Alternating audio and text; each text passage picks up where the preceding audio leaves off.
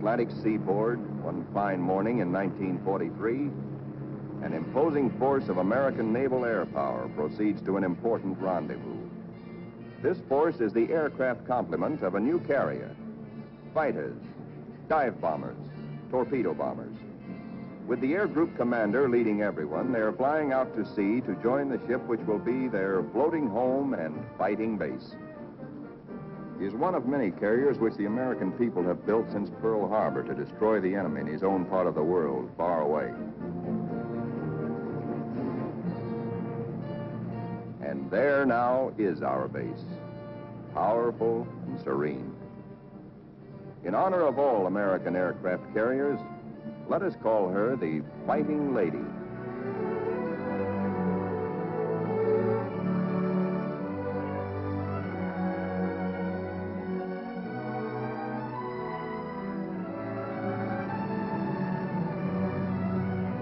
Against a good solid wind with their tail hooks down, our planes come into the broad flight deck of their new home.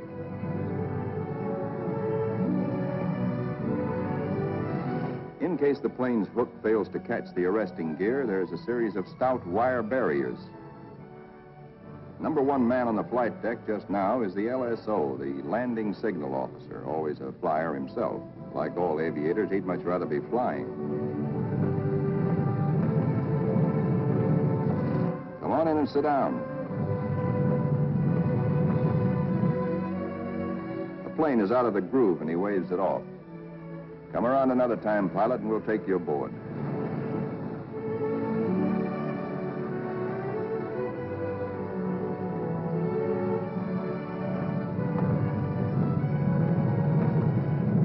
When planes land, they taxi quickly forward out of the way.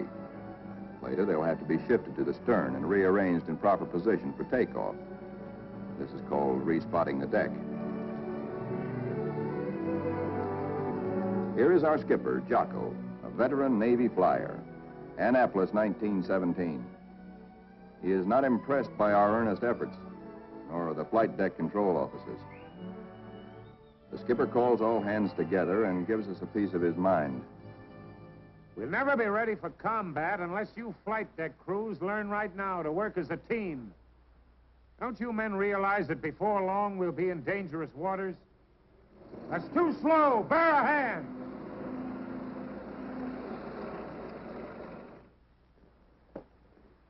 Watch out. Keep that wing clear. Get it over to starboard. Way over to starboard. Come on, get the lead out of your pants. Now, this is the way your deck should look when you're ready for action. Our ship, our Fighting Lady, is enormous, wonderful, and strange to us. From stem to stern, the entire ship is a honeycomb of watertight and flame-proof compartments. Far below the waterline are engine rooms, fire rooms, fuel tanks, and magazines packed with enough assorted high explosive to blow us all to kingdom come. The hangar deck is like a gigantic tunnel, nearly 2 city blocks long and wide enough to house 4 freight trains abreast.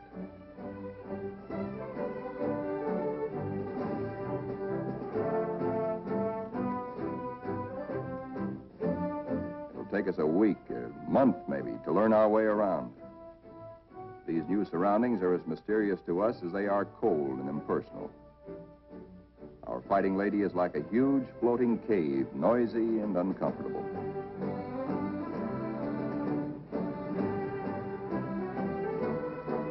Elevators as big as a tennis court carry us topside to the flight deck.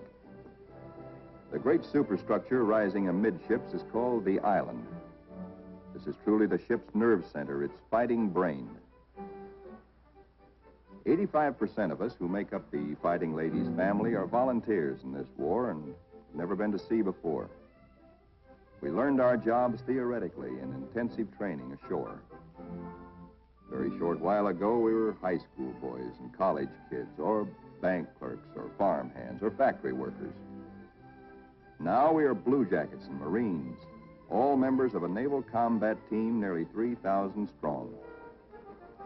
In our multitude of new tasks and duties as a team, we're very green, but curiosity and comradeship, and the instinct of self-preservation are great teachers.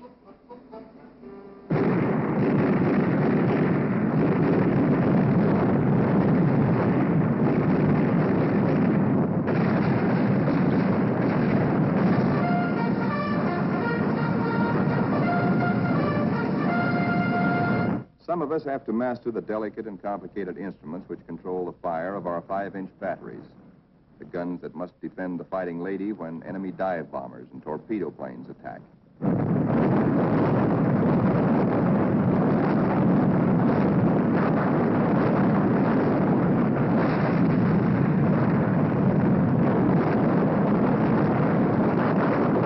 We train and train to learn our stuff and earn our E for efficiency.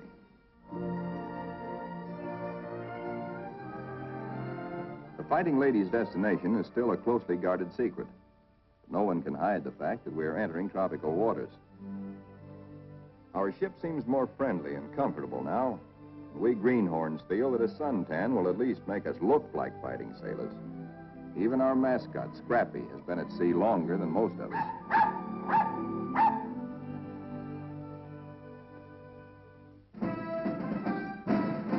Some of the mystery that has been hanging over us is lifted when we enter the Panama Canal. There's a lot of unprofessional nervousness about whether or not we're too big to get through the locks. By using lines instead of fenders, we do get through, as the naval constructors knew all along we would. Come on, hop aboard. We're going places. For 2 cents, I would. Do anybody want to swap?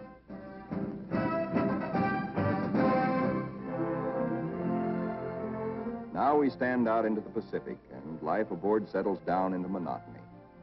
Here are our aircraft pilots, officers all. Ship's company call them the glamour boys. They are the men who fly and fight our planes. All the efforts of all the rest of us are concentrated on putting these people into the air and getting them back again. Most of us are hiding a certain amount of nervousness and anxiety, for many of us are Johnny-come-latelys, reserve officers who only recently learned to fly at Corpus Christi and Jacksonville. Others among us are specialists who trained at Quonset Point, Rhode Island.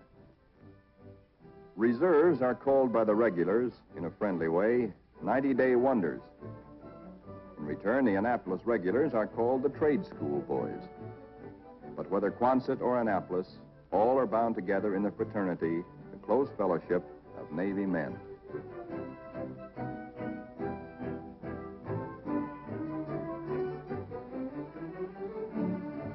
Among the ship's non-commissioned personnel, almost 3,000 blue jackets and 100 Marines, the hottest shots are the air crewmen, aerial gunners, and radio men. These boys and the plane captains are the partners of the glamour boys in the air. By non-flying blue jackets, they are called Zoom pigeons or Airedales. And because they receive 50% extra pay for flying, they are sometimes referred to as the bankroll boys.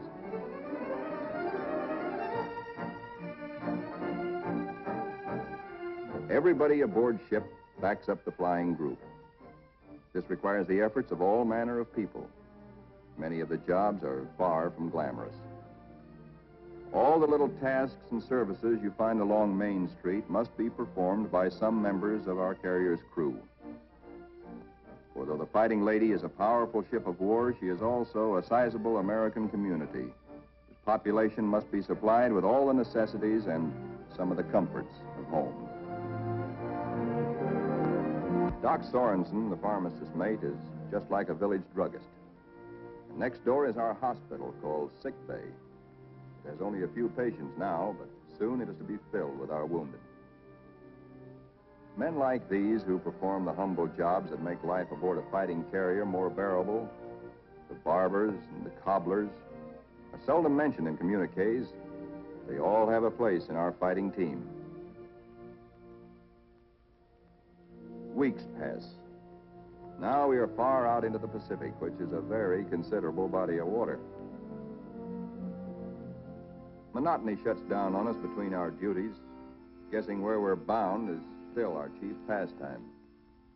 Will we put into Pearl? Are we going to Iron Bottom Bay? Or maybe even to the Aleutians? All such gossip and rumor are called scuttlebutt or drinking fountain conversation.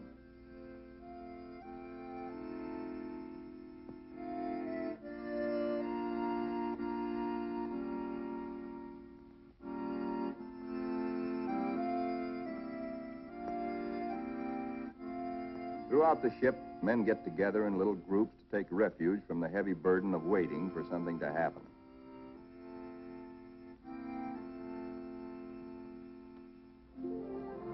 And then one day, out of nowhere, comes a fast fleet tanker, and we're refueled at sea. This tells us something. This tells us that we are not going to Pearl or any other land base for a long, long time.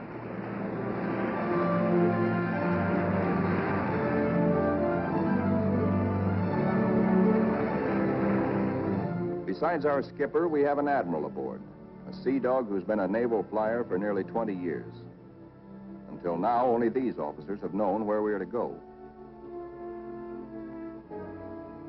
But now Jocko, our captain, confers with the air group commander and reveals the plan. The Fighting Lady has been ordered to make a strike.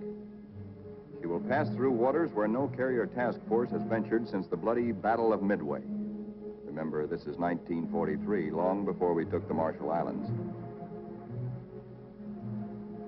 Weather studies are made, and though this is a daily routine, somehow the whole ship senses that something is about to happen.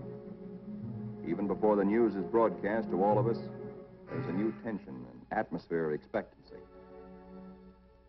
And then we are told we have traveled more than 7,000 miles from Panama, so that tomorrow, August 30th, 1943, we can strike the Jap base at Marcus Island, deep within the enemy's ring of defenses.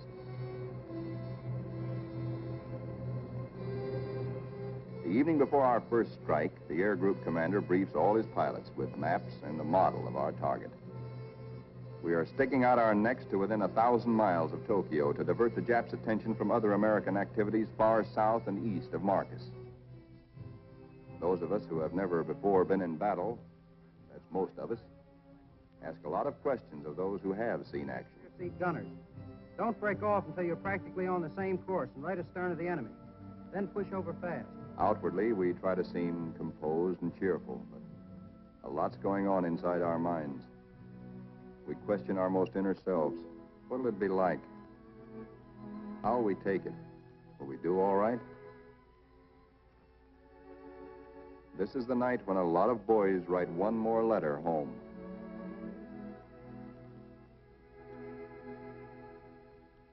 Among those playing acey-deucey in the wardroom is a chubby 23-year-old from Eureka Springs, Arkansas, Lieutenant E.T. Stover, nicknamed Smokey.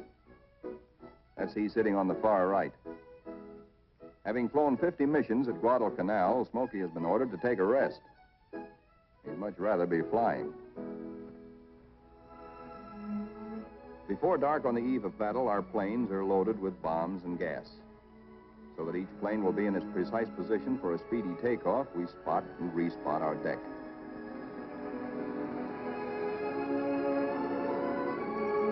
Now all is perfect. We will strike at dawn. And now GQ, General Quarters.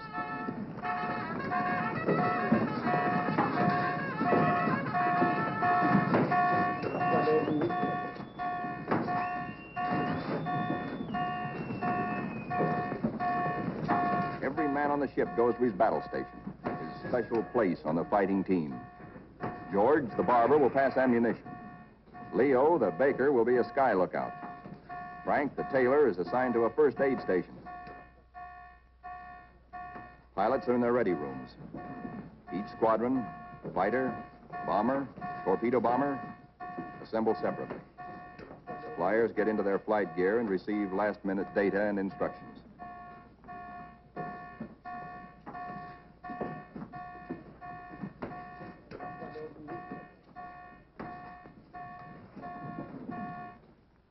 On the flight deck, our first battle dawn awaits us. Our whole ship is on hair trigger. The Fighting Lady is hardly 100 miles from the first target of her career. These last few minutes before the order for our first action are the toughest time of all.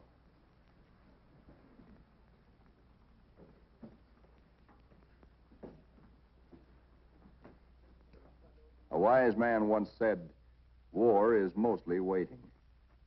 We learn now what that can mean. At last the word comes. Pilots, man your plane. Ready room 3, roger. Pilots, man your planes.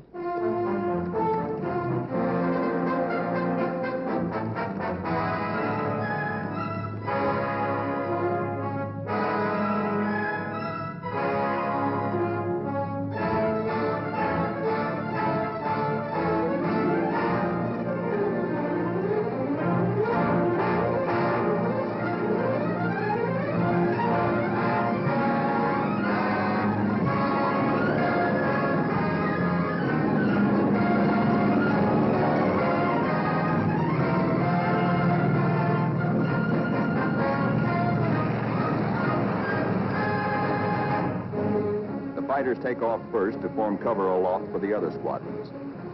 Then the bombers, heavy laden with destruction.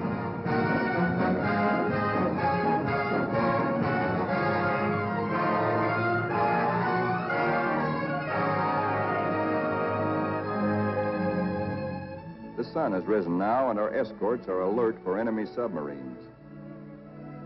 But the Fighting Lady steams boldly toward our target to lessen the distance for our planes when they return.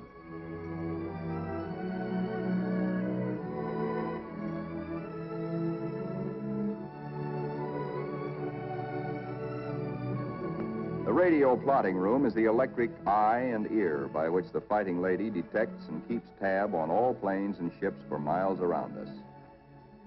Smokey, the fighting ace from Arkansas, has been put in charge of this room for our big day. Hunched among his assistants, Smokey is like a super quarterback on a super football team. He is in constant touch with our entire air group.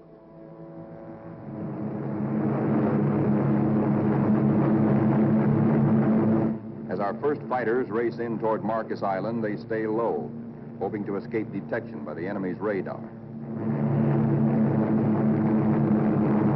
Then they climb suddenly and dive. A surprise strafing attack on the enemy's airstrips.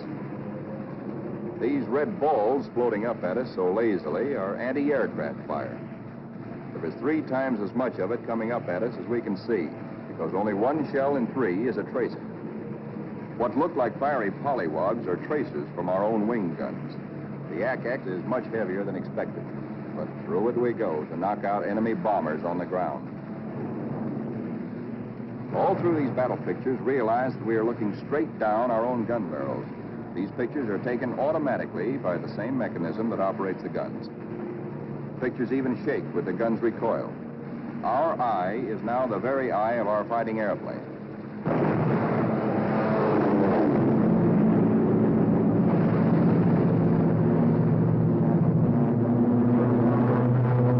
The enemy's picket boats and supply ships offshore are thoroughly strafed. No longer will these craft bring rice and sake and munitions to Marcus.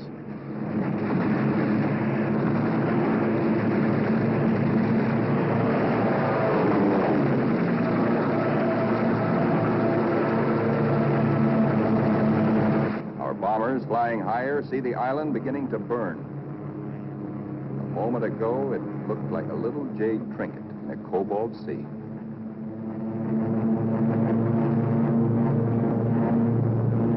As the fighters and bombers swing victoriously away from Marcus Island, towering columns of smoke show the thorough job our boys have done.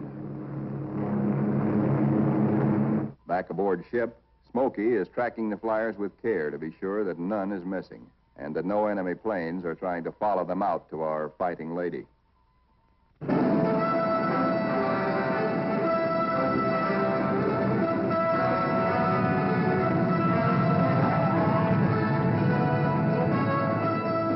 As our planes come aboard, there begins an operation almost as exciting as the attack itself. A ballet after battle, with the plane directors as dancing masters. The whirling propellers fill this scene with danger, but now our crews are trained and adept.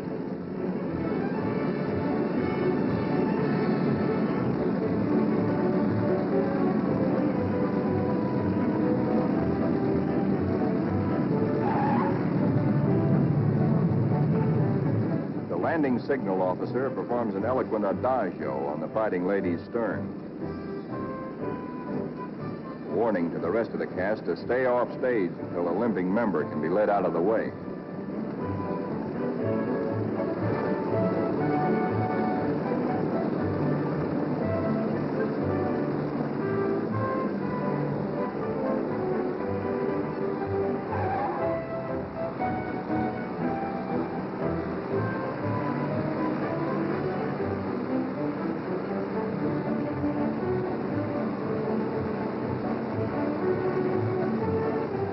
pilots go below to report to their combat intelligence officers. They have hot news, good news. They tell what they saw and did, how many rounds of ammunition they fired, how many bombs they dropped, what they hit, what they noticed at the target that was new and different or that may need hitting again. As the reports are added up and our combat photographers develop their pictures, the story becomes better and better. Every single Jap bomber on Marcus has been destroyed. 80% of the shore installations blasted or set afire. Hangars, radio stations, gas dumps, ammunition dumps. Marcus is now a lovely mess. In the radio plot, Smokey's worried. There are planes still up there, and he's wondering about them. They are ours, though, delayed by battle damage. Landing a shot-up plane on the carrier is a crucial test of how well-trained, how alert and steady a naval flyer is.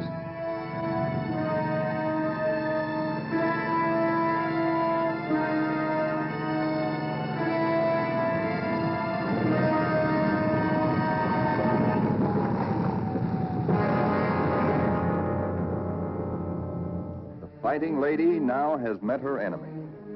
In the wardroom, the pilots who this morning felt new and nervous now talk like veterans. We have been baptized by fire and have survived nicely. We of the Fighting Lady are growing up.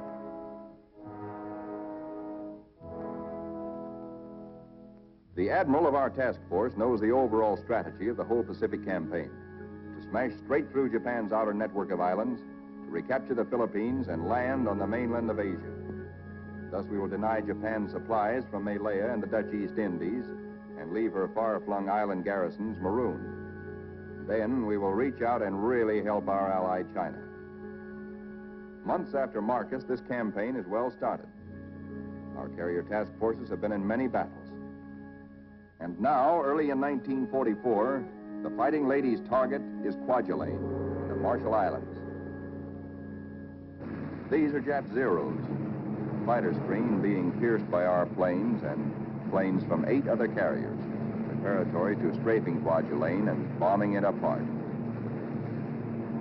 Our fighter pilots have improved with practice, with the confidence that comes from experience. They estimate their range by watching their tracers. They hold their fire until their wing gun bullets converge at 300 yards. Shoot in bursts instead of in steady streams, which heat up the guns and spend ammunition.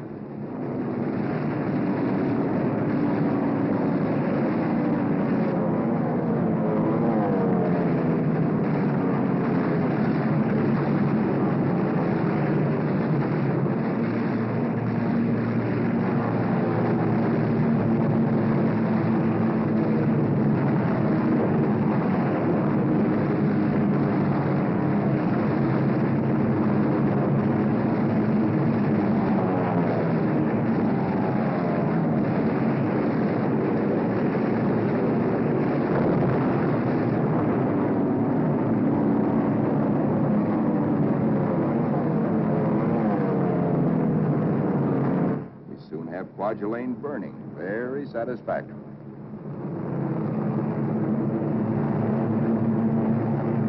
After our bombing attacks and heavy shelling by our surface ships, assault craft filled with Marines and Army hit the beaches.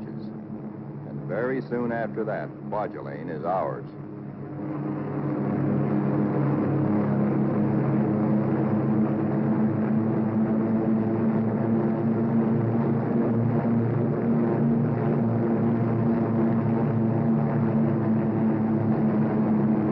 Right after Kwajalein, word comes to our admiral that at Truk, Japan's huge and secret naval fortress 1,400 miles to the west, there apparently are some heavy units of the Japanese battle fleet. Perhaps we can surprise them. Again, the Fighting Lady's squadron and squadrons from other carriers take off for combat. A lot of mouths are dry at the thought that our target is mighty Truk. The rear seat gunners look back at the Fighting Lady, wondering when and if they will ever return to her.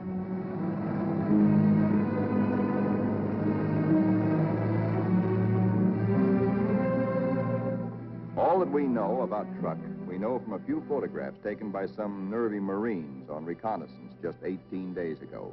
We hear that it is a complex of heavily fortified islands surrounded by airstrips, with naval anchorages at certain spots among the islands. For the next 2 days, more than 1,000 of our carrier-based planes are going to sweep in on Truck in relays.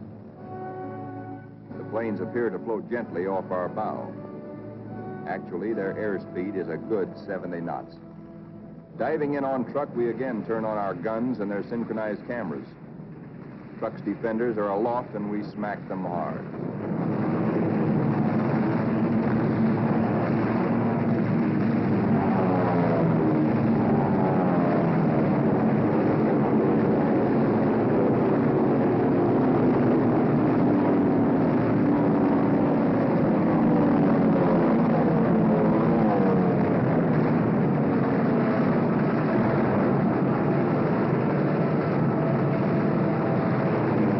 Hearts that were in men's mouths before this strike began now settle back into place and are singing once more. There's something really grand, something historic about diving in here on this place which Japan has been building and guarding jealously from all but Japanese eyes for 20 years. We dive right in low and take a good look at fighter strips, bomber bases, seaplane ramps.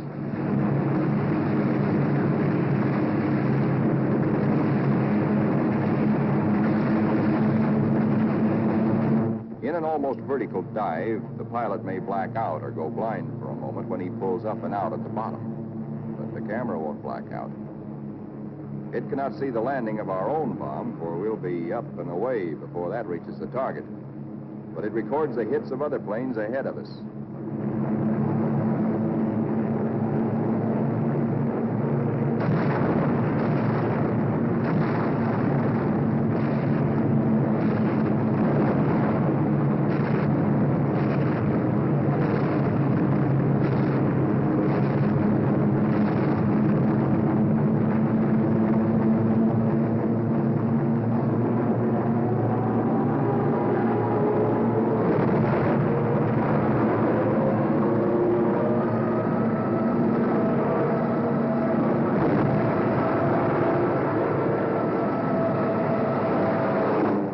To find the Jap fleet here, but most of it's gone.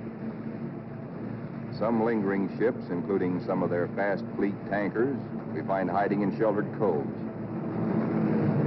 The vessels which we are now strafing are other fleet auxiliaries, rice boats, transports, and ammunition ships.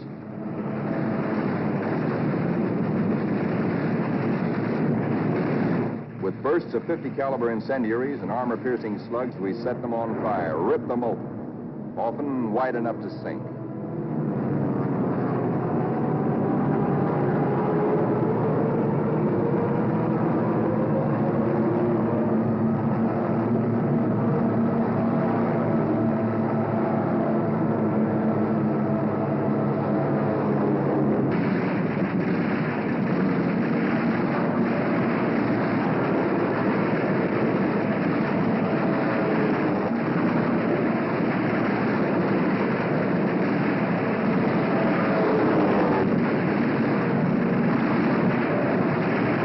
Strafing ships filled with TNT is not very healthy for pilots who dive too low.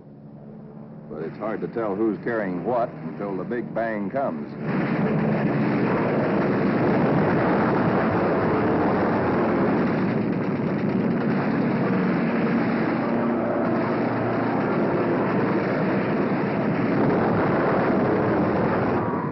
Returning to the deck at 130 miles an hour with a flap shot away, all a pilot can hope to save is his own skin.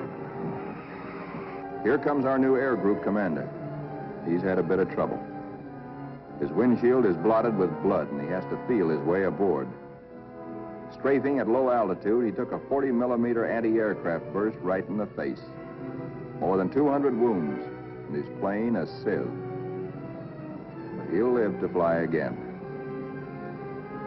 Some planes will not return, but others come back and land somehow, anyhow. Considering the toughness of Truck, our losses are astonishingly light. No time is lost getting casualties below.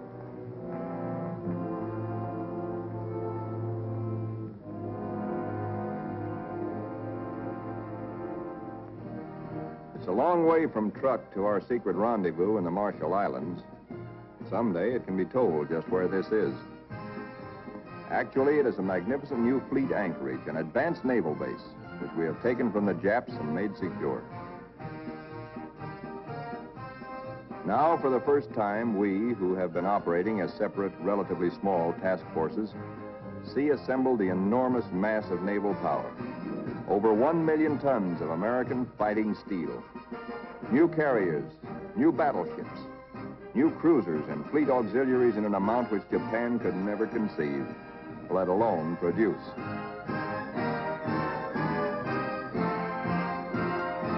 That we are able to maintain supply lines over the vast distances of the Pacific is one of the miracles of this war.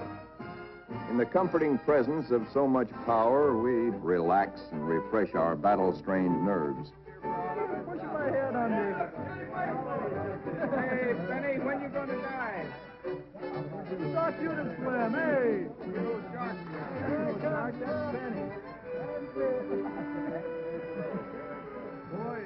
Our ship's post office now does really big business. Letters for us at last from home. Letters from us to friends and families. Our censors know our collective mood, our central hopes and thoughts. The stuff is really getting out here now. I can't tell you much about it, but oh boy. And the more we get, well, the sooner I'll be seeing you.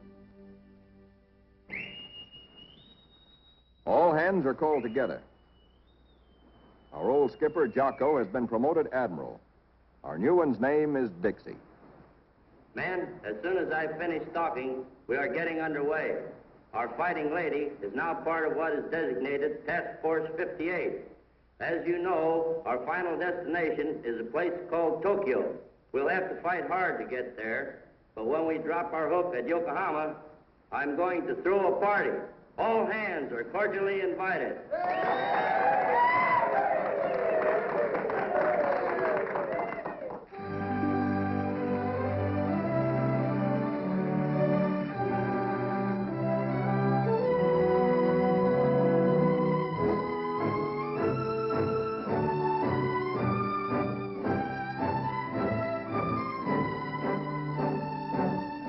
Our task forces are built compactly now around carriers like ourselves with speedy new battle wagons at our side. A carrier skipper never leaves the bridge at sea because carriers and their planes are the first to strike the enemy or to be struck by him. Our aircraft pilots are constantly on call, for despite the mass of power spread out around us, these are still dangerous waters. Our pilots know this all too well, but it doesn't worry them now, for they're seasoned. They know how. There are a lot of new faces among us, but most of these men, too, have been in action. At places like Hollandia, Millie, Joliet, Palau, Rabaul, Wake, Meloilap. Our rear seat gunners and radio men are old hands now. Some of their faces are different, too, because there have been replacements. A lot of them have been made commissioned officers. There's a saying in the Navy that you never learn to love a carrier until she gets hurt. Well, perhaps we don't really love our Fighting Lady, but we've become mighty fond of her and almost comfortable, almost at home.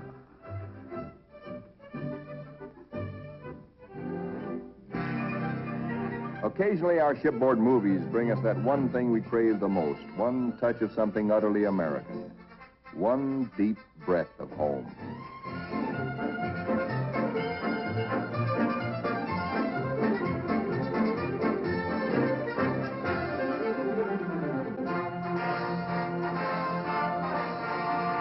Like Jocko, our new skipper, Dixie, is an old hell-diving Navy pilot. In their battle caps, he and Admiral Mitcher look like big league baseball managers. Northwest we steam, and never before in history has an ocean borne such a weight of naval power. Not a Jutland, not a Japan's proud boast, Tsushima, was there anywhere near the force with which we now assert that this is our ocean. This is our air. And we're seeking the Japanese battle fleet to prove it.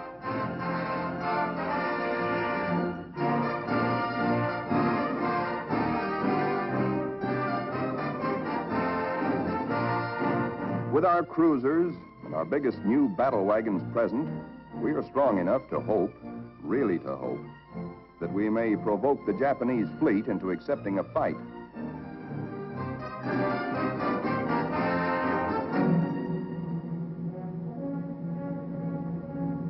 We're joined by plotting Coast Guard and Navy transports. The Marines again. So, another amphibious assault is cooking.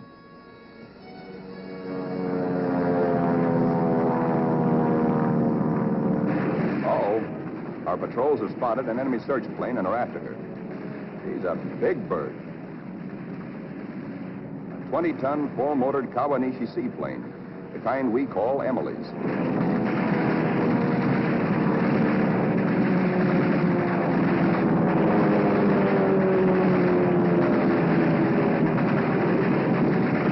Miss Emily's a tough old girl. Right now, she's screaming for help and telling Tokyo by radio where we are. Hellcats are closing in on her.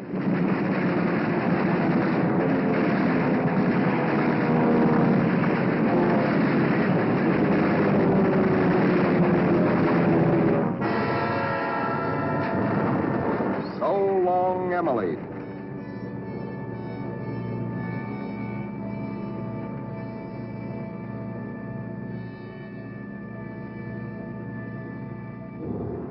Now that the enemy knows where we are, and we know he knows, our brass hats get together on final arrangements for what may turn into another Midway.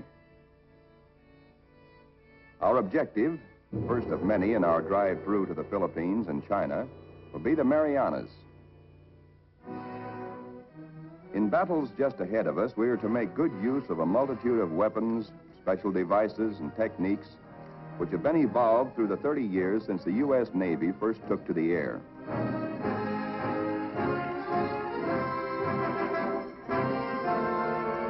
Not only did our naval flyers create the aircraft carrier itself, but it was they who devised the torpedo plane and invented and perfected dive bombing.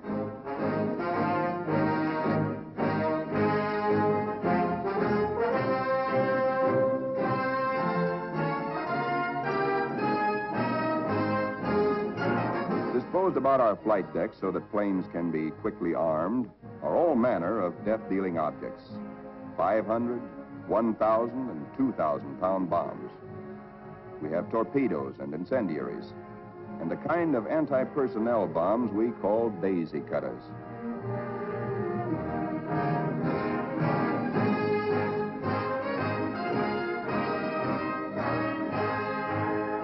Some of our bombs are armor-piercing, some for fragmentation. Others have delayed action fuses to prolong the effect of our bombardment for hours after we have delivered it. Here are the new rockets, which pack the same wallop as a 3-inch shell. They weigh little, and because there isn't much recoil, they can be fired from planes. On the eve of battle, we are told to scrub up to lessen the danger of infection in case we're wounded.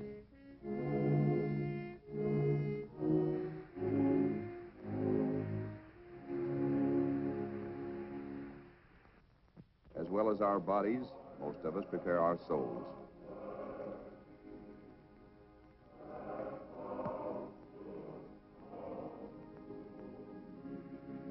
Always on the eve of battle, divine services are held in relays, so that every one of our Fighting Lady's 3,000 sons has a chance to attend.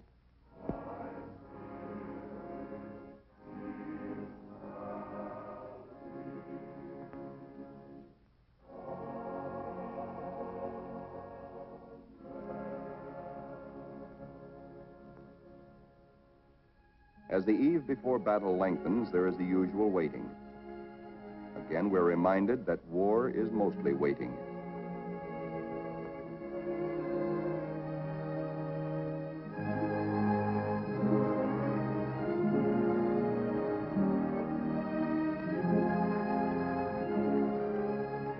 Because all cooks and bakers must soon be at their battle stations, they work all night long preparing a hearty meal of steak and eggs for our 3 a.m. battle breakfast.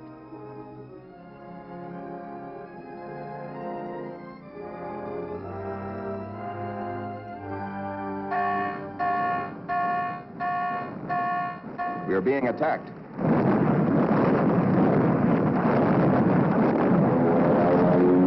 We are being attacked by Japanese torpedo planes skimming in after us, wing to water.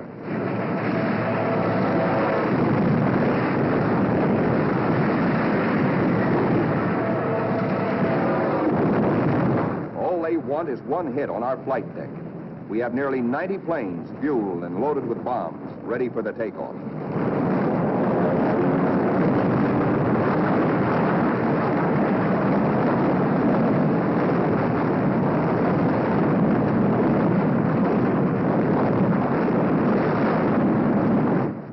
Patch of flame is a burning Jap.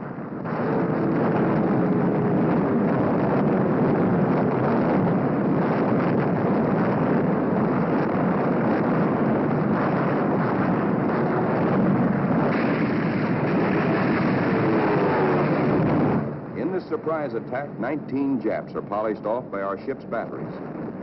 Not a single carrier is hit. We have been fortunate. So now commences another major moment in the Fighting Lady's career. Flight quarters sounds. In this modern warfare, the young plane captains are to their pilots what squires were to armored knights of old. In this operation, typical of many more to come, a lot of other fighting ladies will be involved. And nearly 2,000 carrier-based planes, all of them attacking in air groups like our own.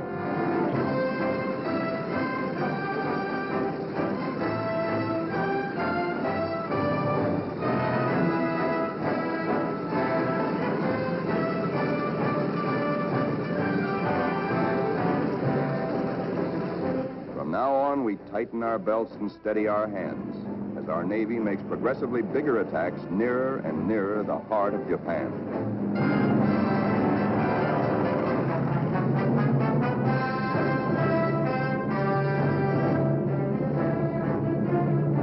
At his post and radio plot, tracking down enemy planes and cursing the luck that keeps him out of the air, Smokey chafes at being grounded on a day like this, especially when targets are juicy ones. All the Jap air bases and military installations in the Marianas, and a special prize package, Guam, the island which we did not fortify, but the Japs did. Now comes word that the Japs have sent strong air reinforcements to Tinian, which flanks Guam. Again, our synchronized cameras record, as no human eye and memory could record, just what our guns and bombs do to the enemy. These pictures enable our air combat intelligence officers to assess the damage as we swoop down upon Tinian.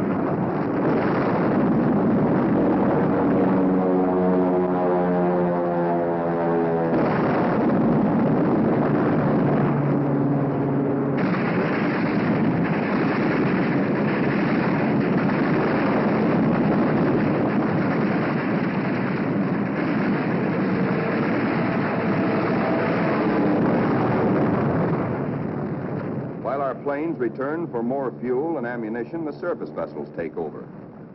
The Prodigious naval barrage to prepare the beaches our assault forces are going to hit. Not only our newest, but some of our oldest and proudest battleships are here. The Colorado, the Tennessee, and the USS Pennsylvania, flagship of World War I.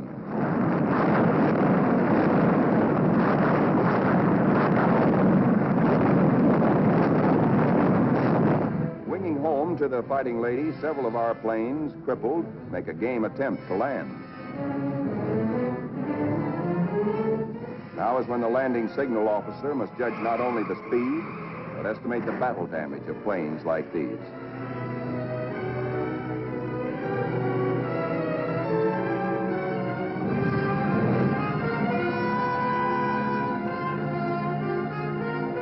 And flight deck emergency crews, firefighters, rescue details, and medical corpsmen exhibit almost incredible courage.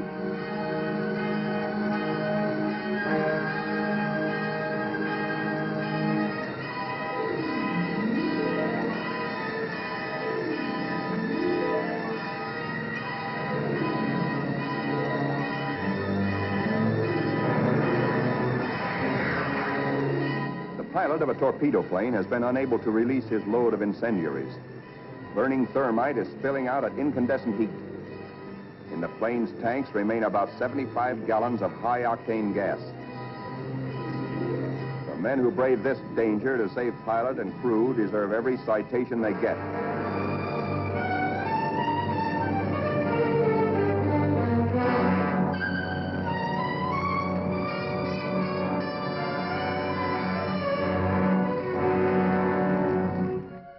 In the ready rooms, intelligence officers question battle-weary pilots. What did you see? Any Jap carriers in sight? Are you sure they were carrier-based planes? Then from radio plot comes uncomfortable news. Torpedo planes and dive bombers from enemy aircraft carriers are approaching. All hands, man your battle stations. To our engine room go orders for flank speed, which is a few knots faster than full speed, in case we need to take evasive action. All boilers are lighted to let the Fighting Lady outdo herself if necessary. The engine room people turn on the heat, and the propeller shafts churn like fate in their alleys.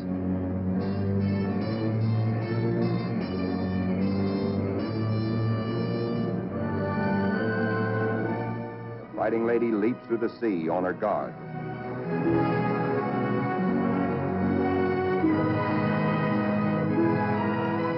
Skipper Dixie gears himself for action, and so does wise old Scrappy.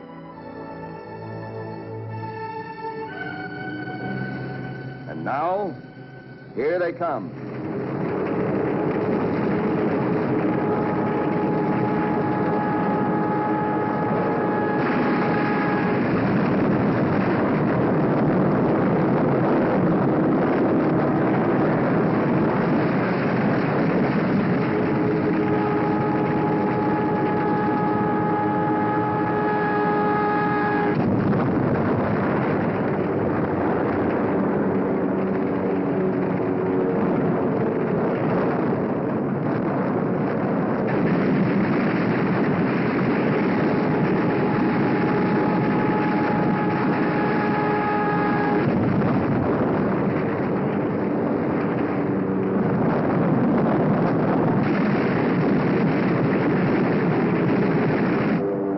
Jill, torpedo bomber, miraculously keeps coming through our wall of flak. She's approaching us fast with a life that must be charmed. Our gunners throw everything they've got, but still she comes. If he ever releases that torpedo...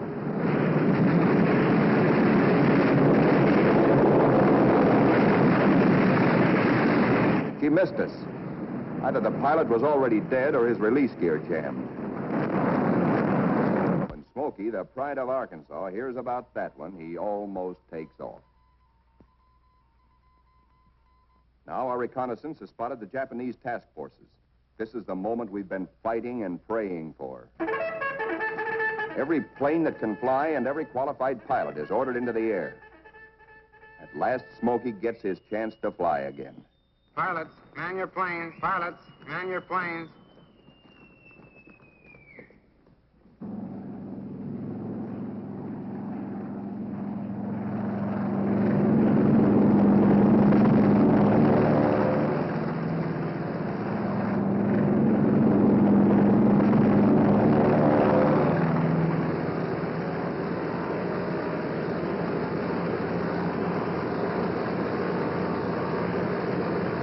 Philippine trade wind is tearing down our flight deck.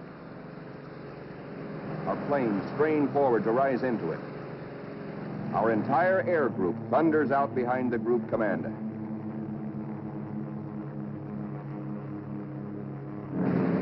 Now our fighters run into a swarm of Jap fighters, mostly Zeros, sent up to intercept our attack on the Japanese fleet. A mad aerial scramble begins, which the boys to this day still call the Marianas Turkey Shoot. 369 Jap planes are shot down in this single day, to our loss of 22. Japanese plane makers have sacrificed strength and firepower for agility. Their planes disintegrate quickly when you hit them. They have no armor plate, as ours have, nor are their gas tanks self-sealing.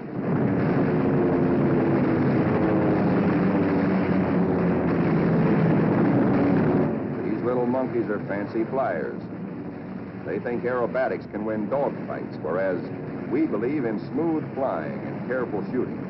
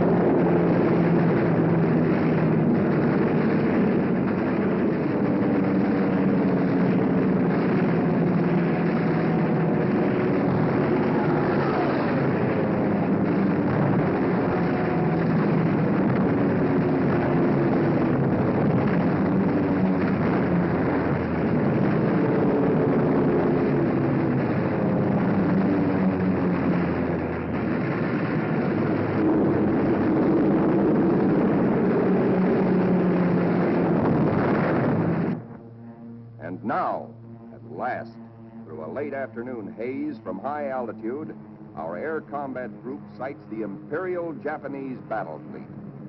These are the first pictures ever taken of a great enemy naval formation like this.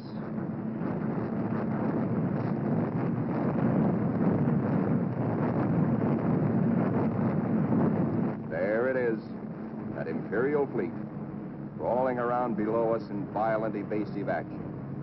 Us looking down on them in the seas they think they own. Some of these Japanese ships are scampering away at better than 40 knots. When you bore straight down on them, they twist, squirm.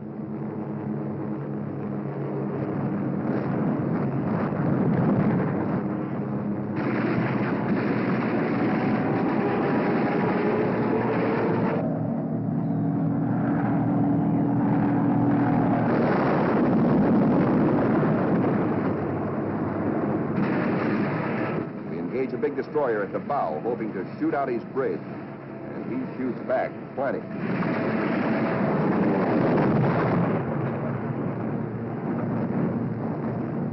Let's go down after that cruiser. He answers us emphatically from the forward turret.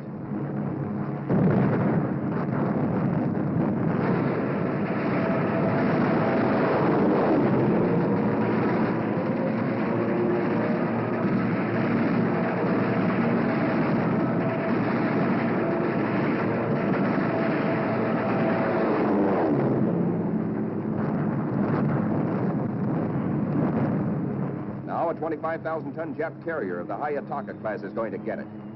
Watch 5 o'clock in the camera, the lower right-hand corner of the screen. This big flat top gets it where the turkey got the axe.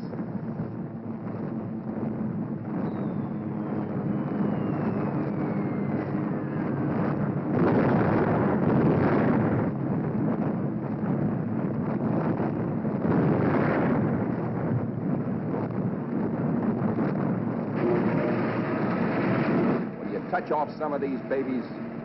Just watch this one.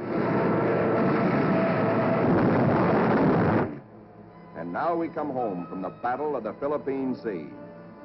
17 Jap warships have been sunk or severely damaged. Several of our returning planes have been badly shot up. A dive bomber comes in out of gas. He pulls off to starboard, but noses over because his wheels are down.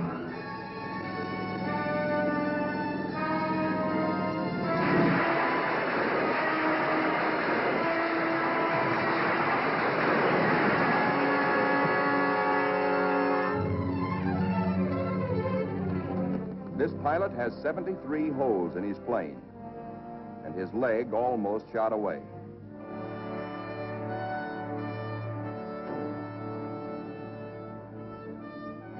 To clear the deck for other planes, number 30, badly damaged, is jettisoned, given the deep 6.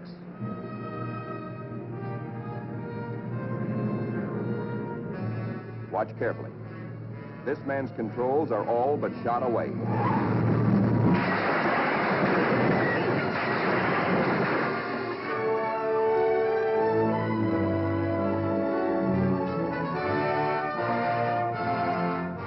He steps out of it, smiling.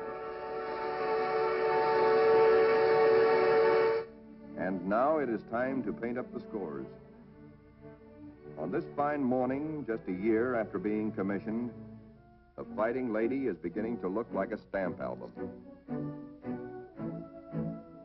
She has done her share, amassing Task Force 58's grand total of 757 Jap aircraft destroyed in a 2-week turkey shoot.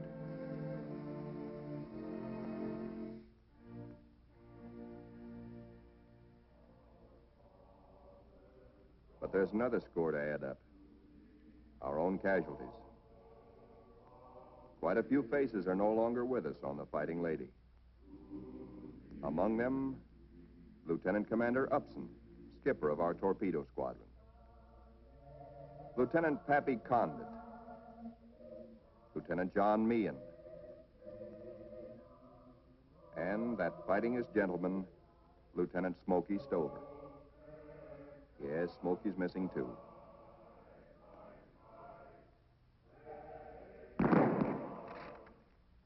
Salute them under their country's flag. For they were brave. They were gallant. Others will come forward to take their places. For the battles we have fought on the seas and in the sky are only the beginning. Still hungry for battle will steam our carrier. Serene, powerful, unafraid. She and her planes will come home again someday, God grant, but not until the bitter, glorious end. For she is, and we salute her, the Fighting Lady.